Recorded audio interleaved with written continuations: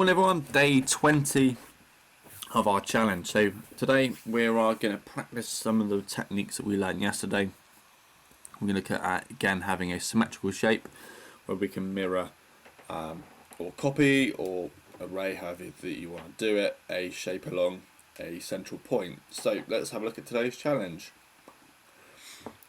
So this is today's challenge. Again, I've drawn it up pretty similar to yesterday, where we have a viewport with some crucial detail, and we have like a larger view of the final product. Again, a bit like what we learned yesterday, you guys can maybe put the larger product in a smaller view and make the overall dimensions a bit more clearer to whoever's manufacturing or making your own product. So again, leave that entirely down to you. It's about you building your own practice, learning and understanding.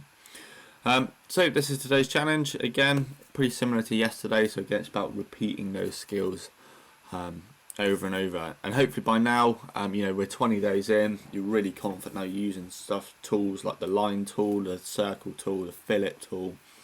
You're getting handy with the mirror, offsets, trims, explosions, rectangle definitely. And hopefully you're starting to get an idea on how to dimension stuff using leaders and then the different types of linear, radius, diameter, align sort of tools as well. So hopefully this is all going well and you're enjoying the practice.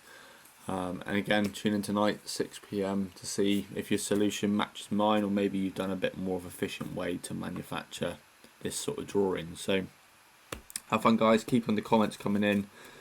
Getting lots of sort of feedback on sort of Facebook and Instagram, which is good. So cool.